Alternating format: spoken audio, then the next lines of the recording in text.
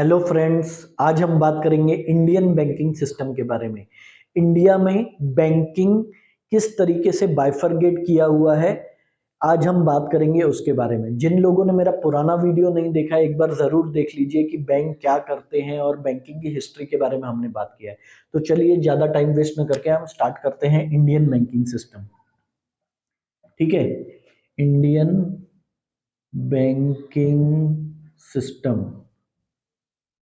दोस्तों, इंडिया का जो बैंकिंग सिस्टम है वो इनिशियली दो भागों में डिवाइड किया हुआ है, लेकिन जैसे कि मैंने आपको अपने पिछले वीडियो में भी बताया था कि इंडिया में सारी बैंकों को कंट्रोल करने का, रेगुलेट करने का और पब्लिक के हित में डिसीशंस लेने का और वो डिसीशंस को बैंकों के थ्रू इम्प्लीमेंट करवाने का जो काम है वो कौन करता है? Reserve bank of India. Reserve bank of India को हम सेंट्रल बैंक ऑफ इंडिया भी बोलते हैं। ठीक है, रिजर्व बैंक ऑफ इंडिया को हम सेंट्रल बैंक ऑफ इंडिया भी बोलते हैं, जो कि सारी बैंकों को रेगुलेट करता है। ठीक है, सेंट्रल बैंक ऑफ इंडिया। अब ये फर्दर दो चीजों में, दो भागों में डिवाइडेड है। एक है कमर्शियल और एक है नॉन कमर्शियल।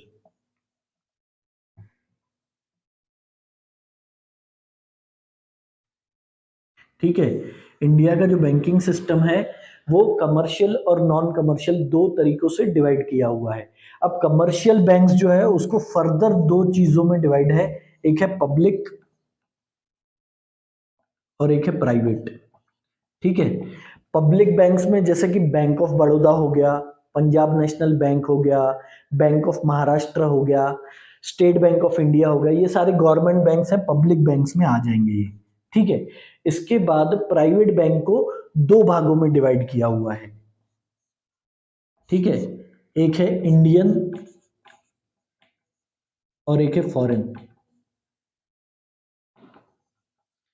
अब प्राइवेट बैंक्स जो है इंडिया में वो दो तरीके से डिवाइड की हुई है, इंडियन बैंक्स और फॉरेन बैंक। जैसे प्राइवेट बैंक में अगर हम बात करें तो एक्सिस बैंक हो गया, एचडीएफसी बैंक हो गया, ये हो गए इंडियन बैंक्स, जो कि ये इंडियन बैंक की कैटेगरी में आएंगे। जैसे एचएसबीसी बैंक हो गया, सिटी बैंक हो गया, ये फॉरेन बैंक की कैटेगरी में आएंगे। ठीक है, तो इंडिया में जो बैंकिंग सिस्टम है, कमर्शियल बैंक्स जो है वो इस तरीके से काम करते हैं। अब नॉन कमर्शियल बैंक्स जो हैं उसको दो भागों में डिवाइड किया हुआ है। एक है आरआरबी, रीजनल रूरल बैंक।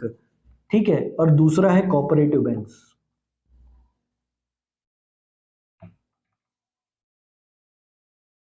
ठीक है, इंडिया में जो नॉन कमर्शियल बैंक्स हैं वो दो भागों में डिवाइड है, एक है रीजनल रूरल बैंक और दूसरा है कोऑपरेटिव बैंक्स।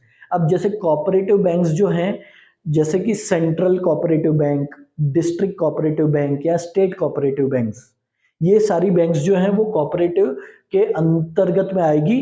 तो इनका जो ये जो बैंक्स रहेंगे, इस टाइप के बैंक्स का कंट्रोल रिजर्व बैंक के पास तो रहेगा ही रहेगा, बट साइमल्टेनियसली उनको कोऑपरेटिव सोसाइटी एक्ट के भी जो रूल हैं वो फॉलो करने पड़ेंगे। ठीक है, और आरआरबी में क्या होता है? रीजनल रूरल बैंक, जैसे ग्रामीण बैंक हो गया, महाराष्ट्र ग्रामीण बैंक, राजस्थान ग्रामीण बैंक, इंदौर ग्रामीण बैंक, पंजाब ग्रामीण बैंक, तमिलनाडु ग्रामीण बैंक, ये सारे ग्रामीण बैंक्स जो हैं वो आरआरबी के अंतर्गत आएंगे। तो रीजनल रूरल बैंक, हम ग्रामीण बैंक्स जो हैं उनको रीजनल रूरल बैंक बोलेंगे, और जो कोऑपरेटिव सोसाइटी के एक्ट में भी आते हैं, और central cooperative banks, district cooperative bank, state cooperative bank, जो कि कोऑपरेटिव सोसाइटी एक्ट के साथ साथ आरबीआई एक्ट और 1949 बैंकिंग रेगुलेशन एक्ट के तहत भी उनको सारी चीजों पर काम करना पड़ेगा। ठीक है दोस्तों, ये तो हो गया इंडियन बैंकिंग सिस्टम। अब इसमें फर्दर डेवलपमेंट क्या हुआ है दोस्तों? अभी रिसेंटली इसमें फर्दर डेवलपमेंट ये हुआ है कि अभी रिजर्व बैंक ऑफ इंडिया ने लाइसेंसिंग प्रोवाइड किया है। इन सारी बैंकों को रिजर्व बैंक के से लाइसेंस लेके काम करना पड़ता है। ठीक है, जो कमर्शियल हो या नॉन कमर्शियल हो। अभी रिजर्व बैंक ने फर्दर एग्रीकल्चर को प्रमोट करने के लिए या रूरल बैंकिंग को प्रमोट करने के लिए बहुत सारे लाइसेंसेस प्रोवाइड किए हैं। तो अभी दो कैटेगरी के बैंक्स और आए हैं इंडिया में, जिसको हम इंडियन बैंकिंग सिस्टम में इंक्लूड करेंगे। एक है स्मॉल फाइनेंस बैंक, SFB, ठीक है। एक है स्मॉल फाइनेंस बैंक और दूसरा है पेमेंट्स बैंक।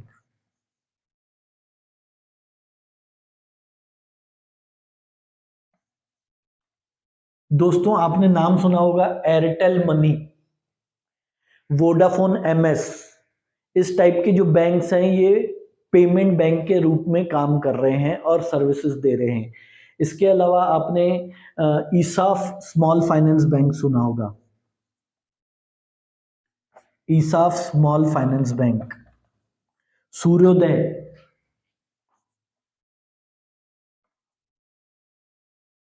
सूर्योदय small finance bank, AU small finance bank. दोस्तों इनका जो स्मॉल फाइनेंस बैंक है, इनकी ऑलमोस्ट सारी activities related to bank same ही रहती है, मोर और less.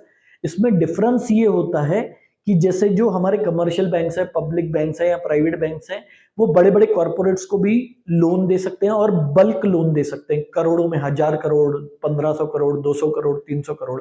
But small finance bank के लिए वो रिस्ट्रिक्शंस है, वो बड़े बड़े कॉरपोरेट्स को उतना ज्यादा लोन नहीं दे पाते हैं, ठीक है। यही एक डिफरेंस है और मोर और लेस सारी एक्टिविटीज उनकी सेम है। बहुत सारी माइक्रो फाइनेंस इंस्टीट्यूशंस को भी और बहुत सारी फाइनेंस कंपनीज को उनके ट्रैक रिकॉर्ड पे, उनके काम के बेसिस पे RBI के थ्रू उनको लाइसेंस मिला, स्मॉल फाइनेंस बैंक का और पेमेंट्स बैंक का, ठीक है। तो दोस्तों ये हो गया इंडिया के बैंकिंग सिस्टम के बारे में कि इंडिया में बैंकिंग सिस्टम किस तरीके से बाइफरगेट किया हुआ है और इनको कंट्रोल करता है RBI। दोस्तों अगले वीडियो में हम बात करेंगे बैंकिंग के फंक्शंस के बारे में कि बैंकिंग के क्या क्या फंक्शंस होते हैं और उसको फिर हम धीरे धीरे आगे समझेंगे, क्योंकि हमारा जो उद्देश्य है एक ही है कि जो स्कूल नहीं सिखाता है वो हमें सीखना है। बिकॉज हमारे इनिशियल फेज के करियर में जो हम लोगों ने, जो मैंने प्रॉब्लम फेस की थी, आई डोंट वांट कि बाकी लोग भी वो प्रॉब्लम फेस करें। और जिन लोगों को बैंकिंग का और बाकी चीज़ों का या पर्सनल फाइनेंस का बेसिक नॉलेज नहीं है, वो बेसिक नॉलेज ले सकते हैं और चीज़ों को आसान बना सकते हैं। अच्छे से उनको नॉलेज रहेगा तो इजीली वो चीज़ों को हैंडल कर पाएंगे, डील कर पाएंगे।